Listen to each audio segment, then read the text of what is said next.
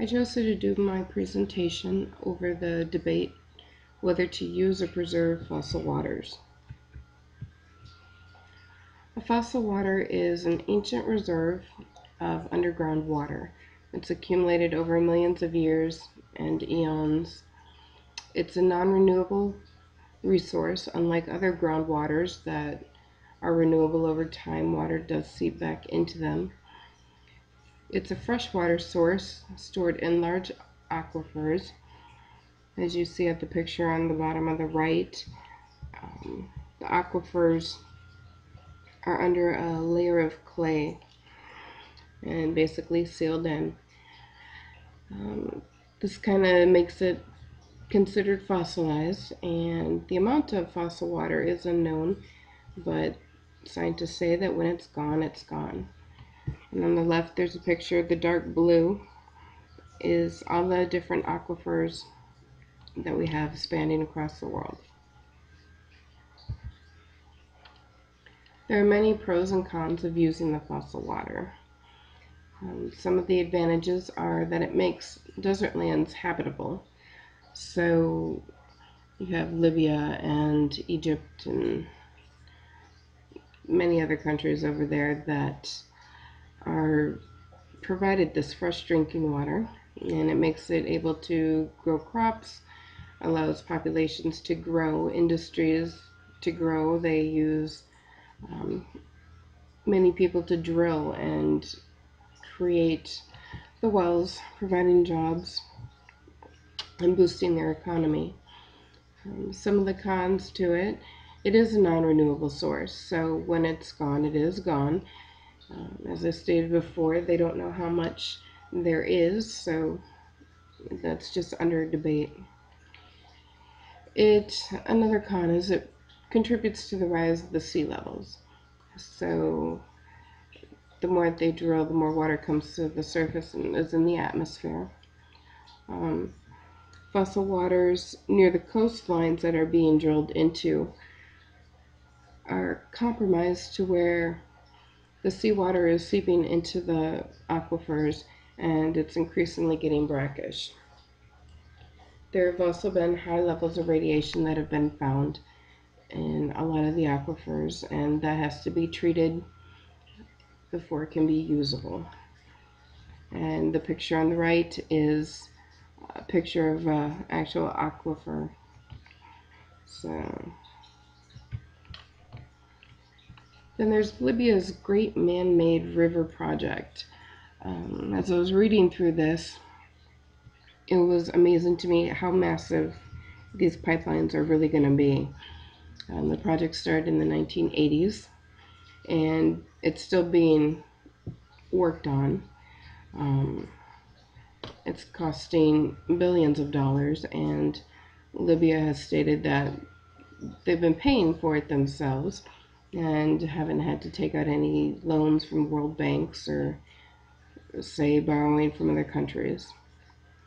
It's going to be able to pump water from about 1,300 wells, able to move 230 million cubic feet of water a day, which is a massive amount. The radiation contamination that has been found in the Libya's aquifers needs to go through the water softening process to make it safe for usage. There are some cultural effects to using the water. Some of the benefits are that they have the ability to use the clean water to drink, to cook, to clean, when they have no other water source available. Having fresh water source will aid an individual's physical, emotional, and economic well-being of them and their families. So physically, they're going to be healthier because the water that they drink is not contaminated. It's not full of diseases and bad elements. Emotionally, they're going to be happier because they're healthier and able to be more productive in their economy. There are alternate solutions for the use of fossil water. Monitoring the amount of fossil water being used is in my opinion, a good idea. Limiting the amount that different countries are using just to make it last longer, and um, basically everybody gets a little piece of the pie then. Proactive measures, limiting the water usage for all countries and areas within them to conserve all water resources. So just on the world scale of our water consumption, there is a lot of waste going on. We do take it for granted here in our country, whether we spend it watering the lawn to make it that lush green, or um, making extra loads of laundry, basic household things that you do. You take really long showers, or baths every day. You're wasting a lot of water that could potentially help other people. So just to keep our consumption down, rationing it is a viable alternative. And then finding other usable water in the world. So harvesting rainwater, which might be difficult in those drought-stricken countries, but showing them how, or to keep it clean and to store it. And then in some of those other countries, turning salt water into fresh water. I think we do have the ability and the awareness that they need to know how to use technology to clean their salt water and convert it into fresh water. I did my survey, and I put it on SurveyMonkey and Facebook, and emailed it to some friends and family and classmates. So I got several responses. I had 7 questions overall, and 6 of them were yes or no, and then the 7th one was a little bit lengthier. And the first one was how many people are really familiar with fossil water. So it was pretty cool to see that almost 62% knew what fossil water was. And then, are they concerned about the drilling for this water source? 70% said yes, 30% said no. I know I'm concerned about it, but it's nice to see that it's on everybody's mind. Third question was, in order to save a population from dying from dehydration, do you agree government should allow tapping into these non-renewable water sources? That was almost split in half. I would agree. I would allow it. It's a life-saving measure to have clean drinking water. So I think that it would just need to really be monitored heavily. And then, would you be willing to pay an additional sales tax on bottled water in order to fund exploration of possible solutions to drilling for fossil waters? And 65% said yes, and 35% said no. I would be willing to pay a water tax for bottled water. I think it would boost quite a bit, as everybody does drink bottled water, especially in Madison. And then, do you believe that the U.S. should be involved in aiding countries finding alternate solutions to drilling for fossil water? And 70% said yes. And I also agree. And as I stated before, we should be sharing what we know about alternate solutions for water, how to clean the water, how to filter it. It is a costly measure, but the fossil water is eventually going to run out, and like in Yemen, it's said that it's only going to last a couple more years at the rate they're drilling it, and then they don't know what they're going to do. They're going to be out of water. They're going to have to import it or do some other measures, but it's going to be very costly. So number 6 is, would you agree to limit on household water usage if it helped prevent the drilling of the aquifers?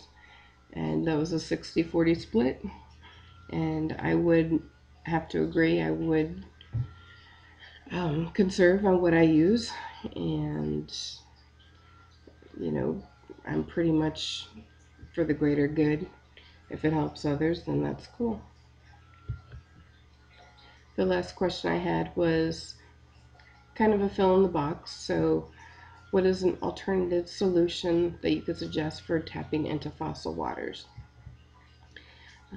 One of the first ones was educating the public about them and offering alternatives where they're available. And then filter systems, that would be good to convert salt water into fresh water. And then leaving the water in the ground. Places should be limited on how much water they can use. Someone said they were against drilling for fossil waters only because they felt that it can and will cause problems in the future by bringing more water into the atmosphere and causing the sea levels to go up and eventually bring all our land underwater. Well, at least California, I'm sure. And then drilling wells to try and find alternate sources. Restrict usage of water in all countries. Based on household size, allow a certain amount of water usage. If more than that is used, it would be a much higher cost per unit. And I think that is quite a good idea. We do that with electric and gas, and some places do have to pay for their water in the city. So I don't think it's that far-fetched that will happen in the future. Then utilizing a system for transporting water from one viable and more plentiful source to those areas in need. And I agree with that. I'm sure it would be a costly endeavor, but it would definitely be worth it to see some of our non-renewable resources saved so that they last longer. And then purifying seawater and conservation. So I do believe we have the technology to purify the seawater, but we need to share it with those countries that are still developing and a little bit, behind the times, at least where we are. And then developing more efficient and cost-effective ways of treating surface water and use as portable water. Expanding water reuse programs, filtering and treatment of gray water for use in toilet flushing, gardening, and other outdoor water usage. There are different levels of filtering, so that would be good and a money-saving way to have water for specific uses. And then 3 others responded that they didn't know what fossil waters were, so they didn't really have an alternate solution. But I thought their honesty was pretty cool on that. But I think overall I got a good response and some good ideas on different ways to have water without draining our fossil water. And basically, in conclusion, fossil water is going to be consumed whether we like it or not. It's inevitable. At what rate, that can be decided. It was nice to know that people do care about our resources being exhausted. Even though it might not affect us here, it affects somebody and our future generations. Alternate water sources do need to be evaluated, and that's like an ongoing battle. So I think monitoring water consumptions will help stretch our non-renewable resources. So whether it's a government doing it or some other, human resource, I don't know. But I think in the future, all of our resources like water and electric and energy consumption, it'll all be monitored to a certain extent.